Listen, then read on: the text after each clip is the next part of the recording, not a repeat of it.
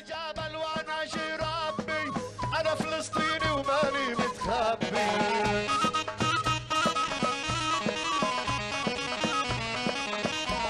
والله نطلع على الجبل وانا ربي انا فلسطيني وماني متخبي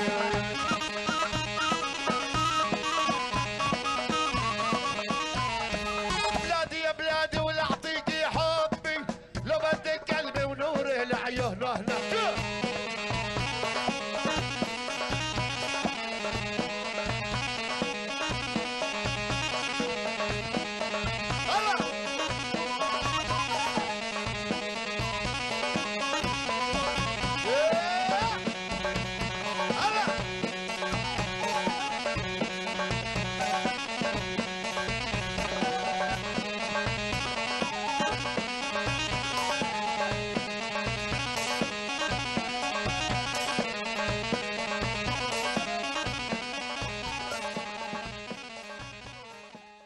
Jericho, called the City of Palms by ancient biblical writers, is one of the oldest cities in the world.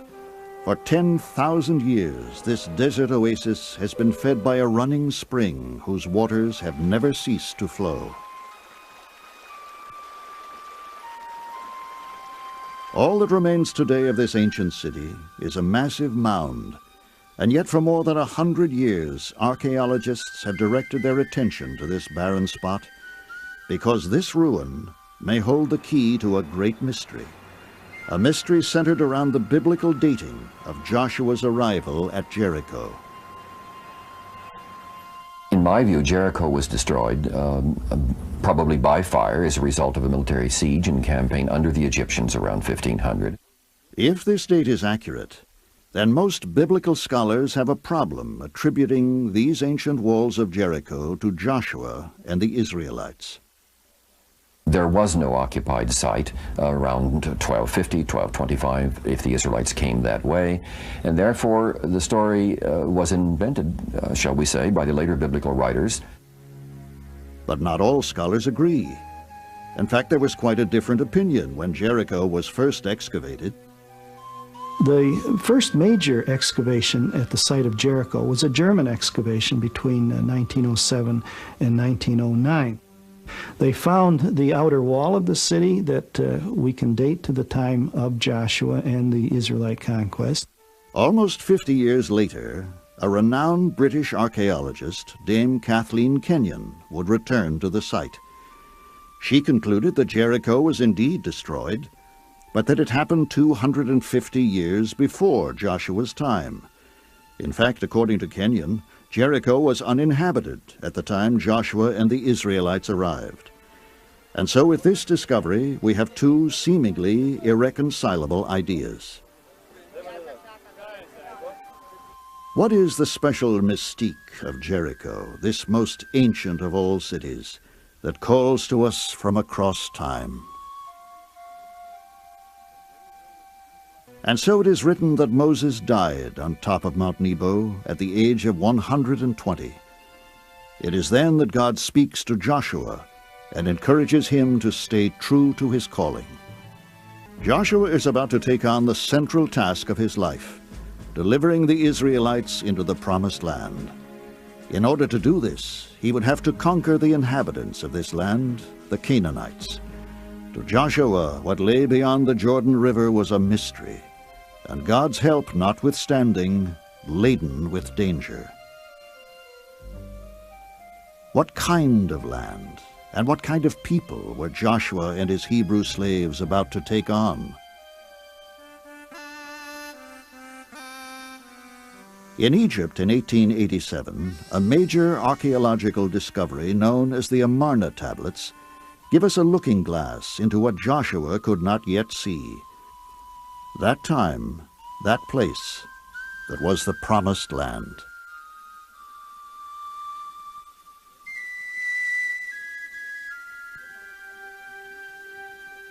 The Amarna tablets contain a series of letters dating back to just before Joshua's time. They were written by various kings and princes in Canaan to the Pharaoh of Egypt. The Amarna tablets tell us Canaan was made up of small city-states, each quarreling with its neighbor, each ruled by its own king.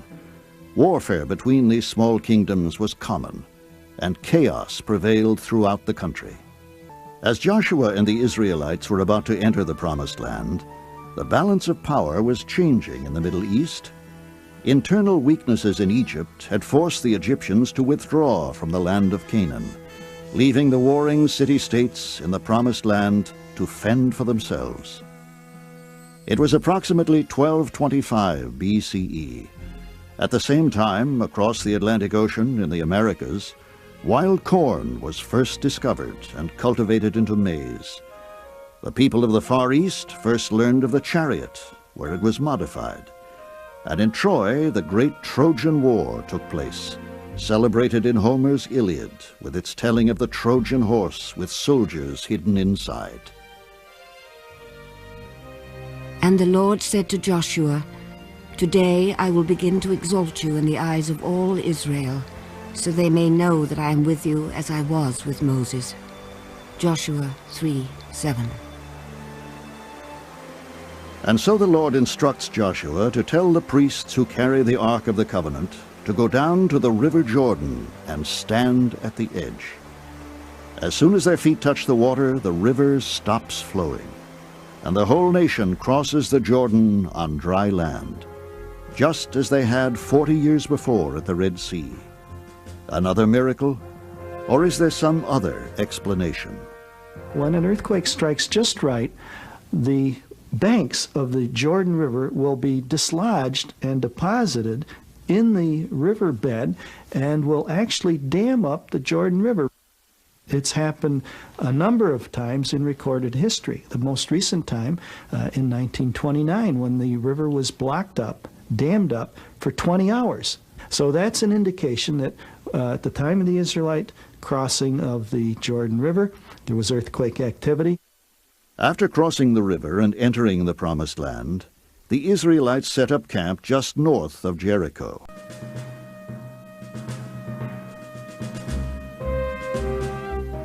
Joshua does as God commanded. The Israelites march around the walls of the city for 7 days, and on the 7th day they march around 7 times, with 7 priests blowing 7 trumpets. And then the people of Israel give out with a shout, and the walls of the city collapse. The Israelites sack the city, killing all the inhabitants, setting it on fire. The circling of the cities, the blowing of the shofar, the trumpets, the number 7 again, the 7 priests, the 7 times around, the 7 days, all of these have to do with the liturgy of the worship of ancient Israel and have nothing to do with military tactics whatsoever. Some scholars believe that the walls of Jericho collapsed as a result of a powerful earthquake. Scholarly investigation of the silent but eloquent ruins of Jericho and Ai suggests these cities were destroyed just the way the Bible tells it, but hundreds of years before Joshua would have gotten there. Pottery shards found at Jericho are the clue to dating the destruction of this city. The presence of this Cypriotic pottery suggests the city was destroyed at least 200 years before Joshua ever arrived there. It's standard pottery of the Middle Bronze Age, which ends around 1500 in a series of destructions which most of us believe were caused by the Egyptians, not at all by the Israelites. Hi everyone and welcome to the Montreal Arabic Corner. This is our 64th episode devoted to Joshua, a central figure in the Old Testament and the Quran.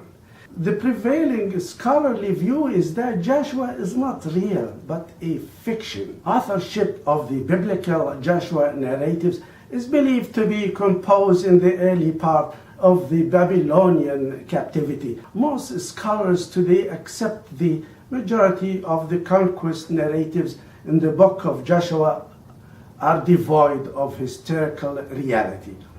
The question of the date and degrees of conquest and or assimilations of the indigenous populations is uncertain, as academics and archaeologists differ in their interpretations of the archaeological and other evidence. In rabbinic literature, Joshua is regarded as a faithful, humble, deserving, wise man. Thank you.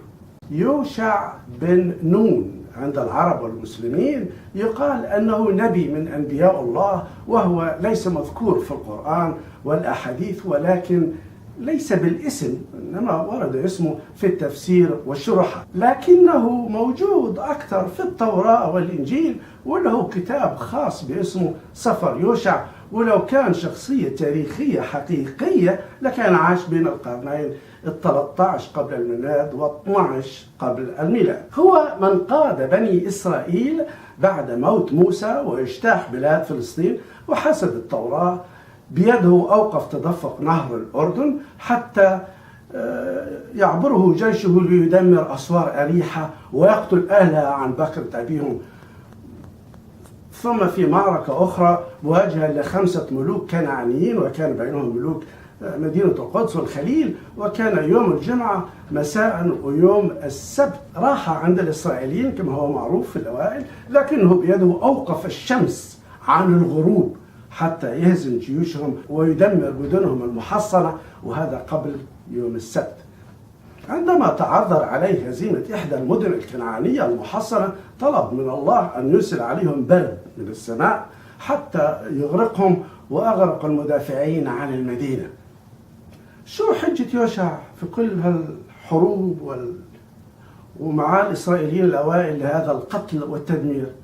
حجته إنه أهل كنعان كانوا فسدة ويصيدون ويأكلون لحم الخنزير، وإن الله كلم يوشع أنه لا تهاب ولا ترتعب لأن الرب إلهك معك حينما تذهب، قائلا الرب إلهكم قد أراحكم وأعطاكم هذه الأرض اللي هي أرض فلسطين طبعا، أرض كنعان، وها أنتم ترجعون إلى أرض ميراثكم وتمتلكونها التي أعطاكم. وهكذا أيها السيدات والسادة تم اجتياح فلسطين التاريخية حسب رواية التوراة وكتبنا المقدسة الثلاثة التي أيدت التوراة طبعا. ولكن هل يوشع كان حقيقة أو خيال ديني؟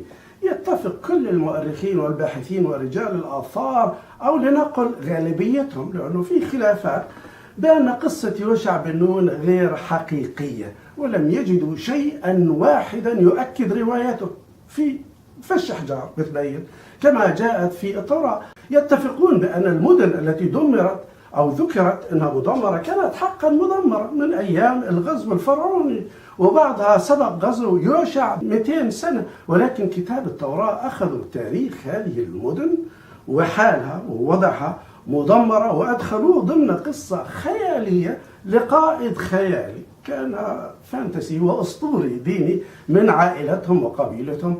وهذا الأسلوب في الكتابة يسمى الإدتورولوجي، وهو يخلط بين تاريخ حقيقي مع قصص دينية تمجد شخصيات العيلة والقبيلة، شخصيات مختارة، أشبه بما يعرف بالروايات التاريخية لشخصية وهمية أثناء حقبة تاريخية. يوشع قائد أسطوري، ولكن دخل تاريخ الشرق الأوسط وبقي معنا لآلاف السنين ولحتى اليوم. ولتديننا المطلق والمبالغ فيه خلف وراءه العديد من الحروب وملايين القتلى، وقصته الخيالية لا زالت متداولة بيننا بين متدين ومتطرف ومؤمن ورجال التاريخ والآثار والسياسة مستغربين من أمرنا. حقا شعوبنا ومدننا وبلادنا أنهكتها الحروب والدمار من وراء شخصيات أسطورية تبعناها بلهفة وشغف وبتضحيات لا نهاية لها. يوجد مقام وضريح للنبي يوشع يقع في الأردن بالقرب من مدينة الصوت. شكرا لكم على استماعكم. Palestinians gathered in the West Bank city of Jericho to witness the marriage of 500 Palestinians. The wedding ceremony was attended by Acting Chief of the Palestinian Authority, Mahmoud Abbas. The event was organised by the Palestinian Authority to assist couples who could not marry due to the financial crisis in Palestine. Thank Abbas for allowing me to marry and the huge happiness he has brought to all the people. He has allowed hundreds of people to move on with their lives even though we suffer under occupation and the financial crisis. Grooms Mohammed Ajouri and Mohammed Barakat are both ex-prisoners, whom following their release from Israeli jails had no job prospects, and one came back to find half of his family's land behind the Israeli wall.